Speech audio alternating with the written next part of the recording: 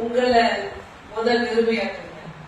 நான் ஒண்ணுமே இல்லை, நான் மண்ணு, நீங்க தான் எனக்குள்ள.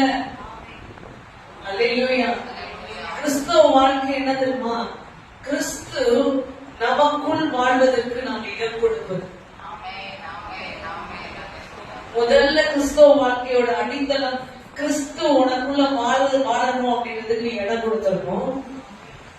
அவர் செயல்பட நீ இடம் கொடுத்துடணும். ரெண்டாவது, கிறிஸ்துவுக்குள் அவர் வெற்றி சிறந்தாலும் அந்த வெற்றியில வாழ நீ பழகணும்.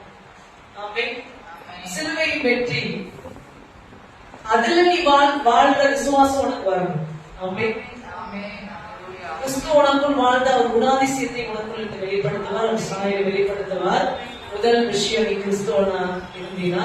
இரண்டாவது, கிறிஸ்து சிலுவையில் வெற்றி சிறந்த அத்தனை வெற்றிகளையும் ஜெயங்களுக்குள்ள நீ விசுவாசித்து அதை சுதந்திரிப்பதுதான் கிறிஸ்துவ வாழ்க்கை.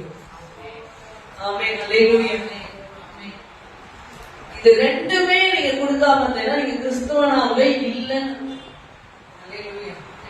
கிறிஸ்து ஒன்றில் செயல்பட நீ இடமளிக்காமல் உன்னுடைய சுயத்தை நீ பிடித்துக் கொண்டே இருப்பாயானால் அங்கு நின்றும் கிறிஸ்தவனாக மாறவில்லை.